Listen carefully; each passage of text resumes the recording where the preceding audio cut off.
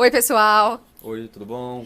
Estou aqui com o querido Dr. Tiago Guzmão, que é neurologista da infância e adolescência. Ele está tirando um monte de dúvidas aqui minhas que eu tinha e, consequentemente, vai ser bom para passar para vocês. E ele fala muito, a gente estava discutindo sobre déficit de atenção no autismo.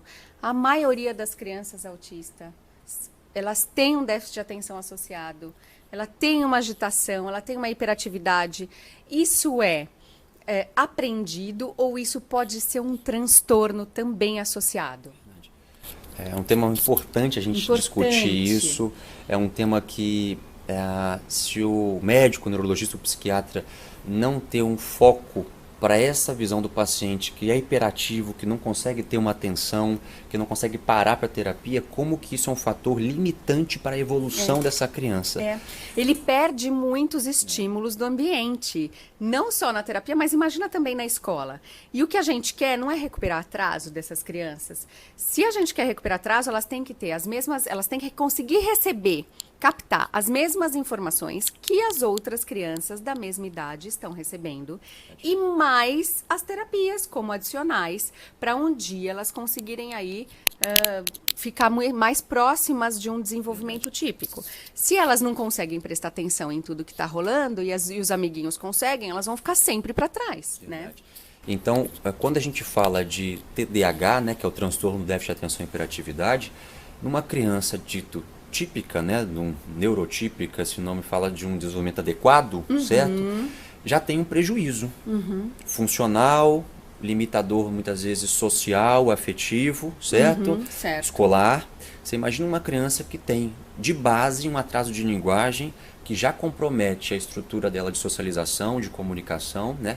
Comunicação, digo, a parte verbal e não verbal, né? Perfeito, isso é Então, importante de deixar importante, claro. porque a mãe quer sempre a A fala, fala, nós também queremos, né? Mas a claro. gente sabe que a primeira base, que é estabelecer um método de comunicação, seja a criança sendo não verbal primeiro, é muito importante. É pré-requisito Né? para a linguagem, né? Pré-requisito, né? Desde a fase quando a criança está tendo um sorriso social, que é a primeira forma da criança estar interagindo com o meio, que é um sorriso muitas vezes não verbal, né? O ato de apontar de um ano, é o que é um divisor de águas que eu chamo assim, para a criança saber que está entendendo o processo, né, de interação, de comunicação. Mas imagina essa criança dentro de um transtorno de desatenção e hiperatividade, onde ela vai ter que ter um mínimo de concentração para parar e realizar as terapias. Então, se eu não tenho, se o neurologista, o psiquiatra, o médico em si que acompanha essa criança não tenha uma visão para eu começar a melhorar esse foco atencional, essa concentração, né, as funções executivas, diminuir um pouquinho o nível de ansiedade dessa criança, eu comprometo imensamente a progressão de linguagem e socialização dessa criança. Então, Perfeito. os artigos falam que de 35 até quase 75% das crianças, quando passam de 4 anos, vão ter um mínimo, né, de déficit de atenção e hiperatividade que comprometem muitas vezes o fator social, afetivo, certo? E comprometem o prognóstico da evolução da linguagem. Então isso é muito importante, Isso é muito sério. né? Então quando eu falo de déficit de atenção e hiperatividade, o predomínio que os artigos mostram é da desatenção. Tá.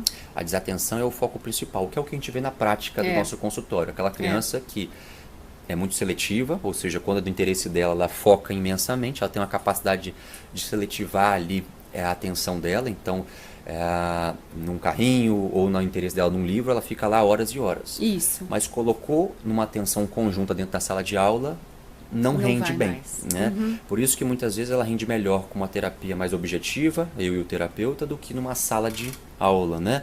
Mas esse foco da atenção é importante porque compromete a evolução dessa criança, da linguagem e da interação social. Perfeito, perfeito. E como é que a gente pode ajudar?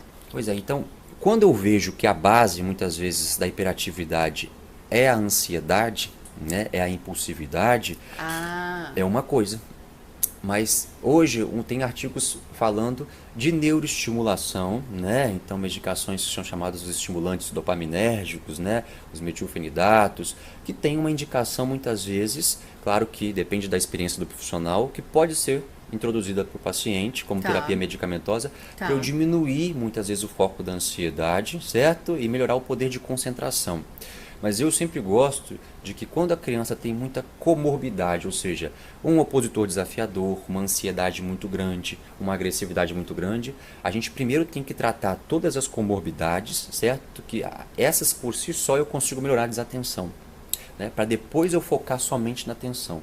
Porque se eu inverter a situação do tratamento, eu quero focar, só deixar a criança mais parada, mais quieta, mais atenta, sem ver o tratamento da agressividade, do nervosismo, da ansiedade, muitas vezes eu viro a criança do avesso. Certo?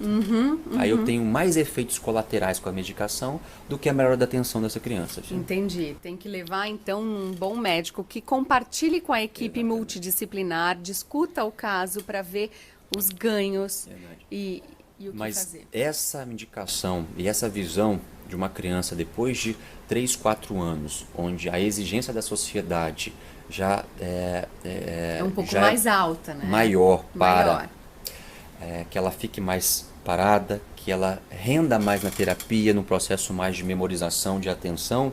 Isso é um foco da parte médica que tem que estar orientando os pais, tem que estar orientando a escola, porque, volto a falar, limita a progressão dessa criança. E é importante pensarmos no seguinte: enquanto a criança é pequenininha, a gente consegue segurar, disfarçar, conter, passar por cima de alguns traços, de alguns comportamentos que são mais inadequados. Depois que ela cresce, com 4, 5, 6, 7 anos, já fica muito disruptivo numa sociedade, né? Então a gente precisa começar desde cedo a identificar esses sinais, esses traços.